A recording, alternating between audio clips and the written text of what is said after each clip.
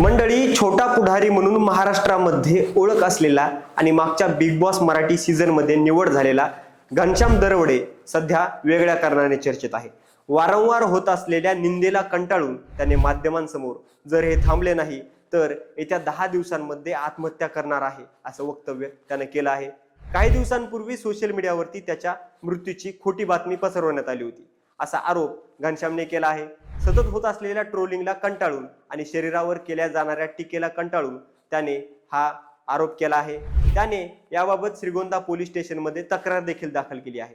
जर 10 दिवसांमध्ये निकाल लागला नाही, माझी नुकसान भरपाई झाली नाही तर येत्या 10 दिवसांमध्ये मी आत्महत्या करणार आहे असंही त्याने माध्यमांशी बोलताना सांगितलं आहे।